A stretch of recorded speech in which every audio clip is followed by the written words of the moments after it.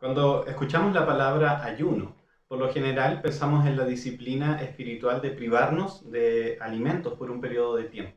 De hecho, en nuestro propio léxico español, la palabra desayuno tiene que ver con la idea de deshacer el ayuno por el cual hemos pasado durante la noche al dormir. Por eso desayunamos. En términos bíblicos, hablamos de una práctica que muchas veces era llevada a cabo incluso por la totalidad de la nación de Israel, sobre todo en la época de los sacrificios expiatorios, como podemos ver en el libro de Levítico, en el capítulo 19, versos 29 al 31, se menciona una aflicción, y esta aflicción relatada ahí es la que ellos pasarían por el ayuno. En el Evangelio de Lucas vemos que el ayuno era aún una práctica común en los tiempos de Jesús, y de hecho el mismo Señor pasa por un ayuno de 40 días y 40 noches en el desierto antes de ser tentado. También en el Evangelio de Mateo encontramos esta mención, capítulo 9, versos 14 y 15. Entonces vinieron a él los discípulos de Juan diciendo: ¿por qué nosotros y los fariseos ayunamos muchas veces y tus discípulos no ayunan? Jesús les dijo: ¿acaso pueden los que están de bodas tener luto entre tanto que el esposo está con ellos? Pero vendrán días cuando el esposo les será quitado y entonces ayunarán.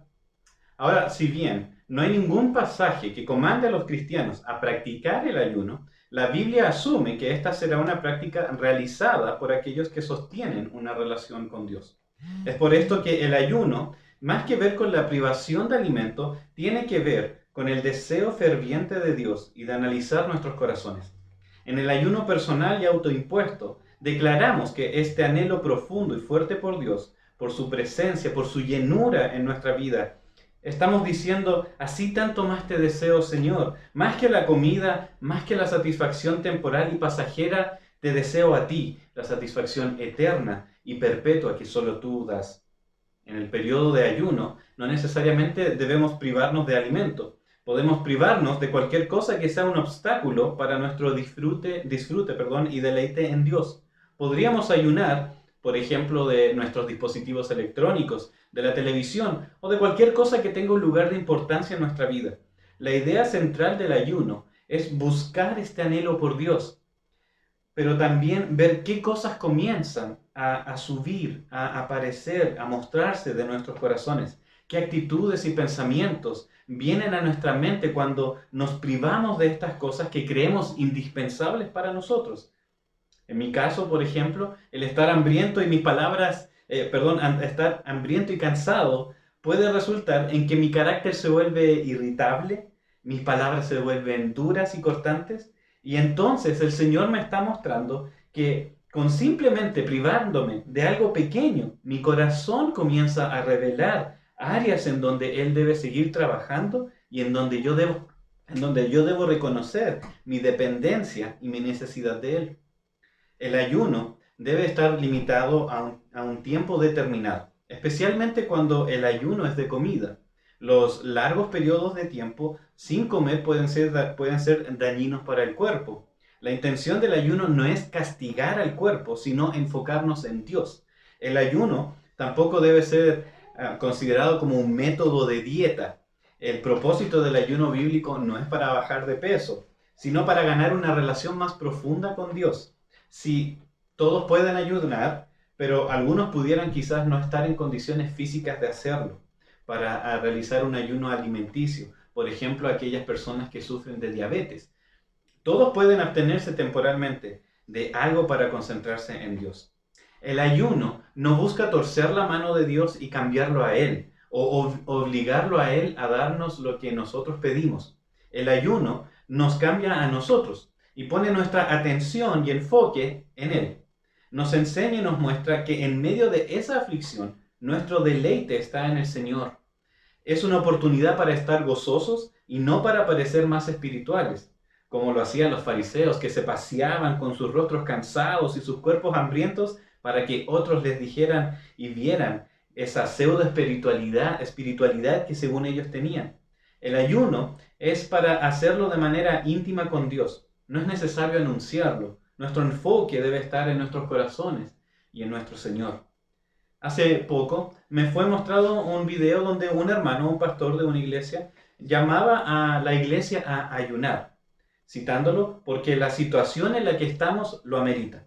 Su razón de llamado para el ayuno es tomado de este texto en el Evangelio de Lucas, capítulo 5, verso 35.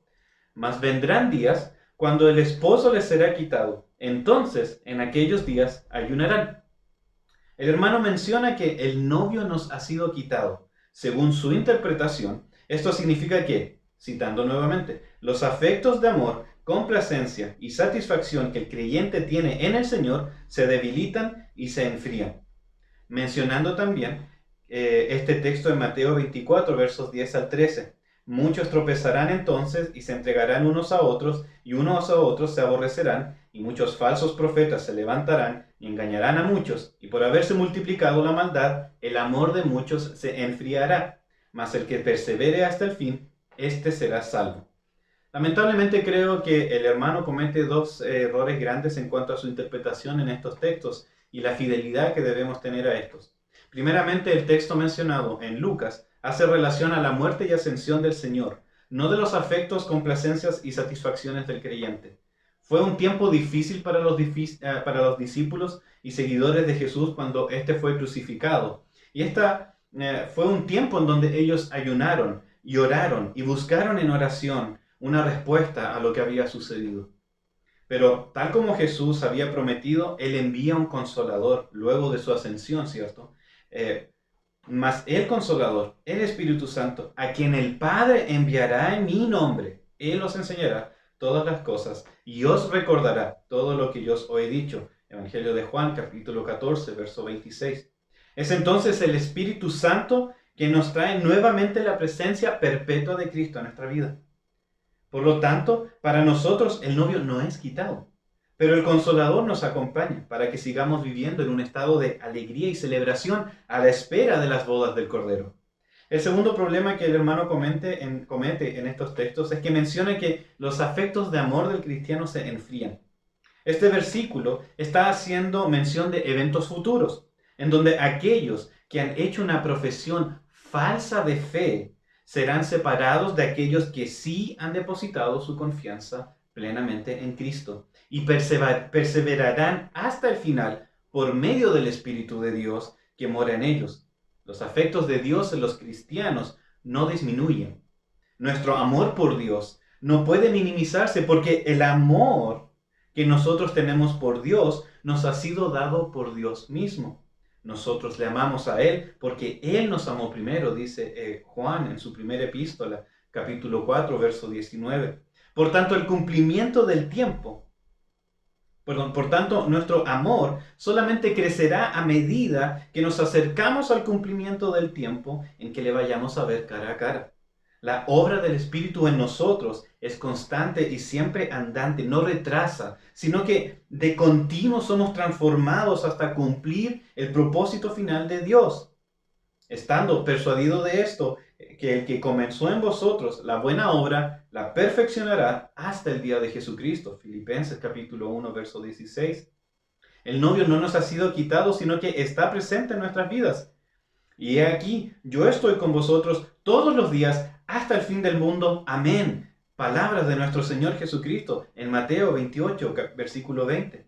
Si bien el hermano menciona el ayuno es un mensaje que refuerza la oración para que Dios la oiga, la verdad es que el ayuno no es el que cumple este propósito, sino el Espíritu Santo, quien toma nuestras oraciones e incluso aquello en que nosotros fallamos en expresar, los presenta delante de Dios para que nuestra petición sea oída. Y de igual manera, el Espíritu nos ayuda en nuestra debilidad, pues que hemos de pedir como conviene, no lo sabemos, pero el Espíritu mismo intercede por nosotros con gemidos indecibles, nos dice el hermano Pablo en su epístola a los Romanos, capítulo 8, verso 26. Por último, el hermano menciona que la pandemia del coronavirus es una consecuencia del enojo de Dios contra su pueblo.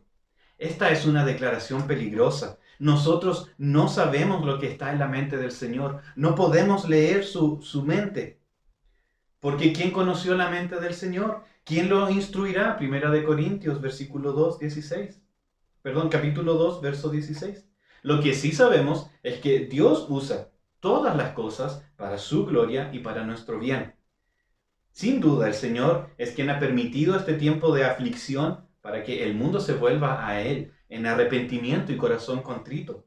Pero también sabemos que el día que el Señor decida castigar al mundo por su pecado y su maldad, será un evento mucho más terrible y mucho peor de lo que hoy estamos viendo. Hoy podemos ayunar, podemos poner nuestro enfoque en Dios y no en las circunstancias actuales. No ayunamos porque la actual situación lo demanda. Ayunamos porque queremos de todo corazón anhelar más de Dios, más del Señor. Queremos doblegar la voluntad de nuestros cuerpos y llevarlos a la dependencia absoluta y necesaria de Él.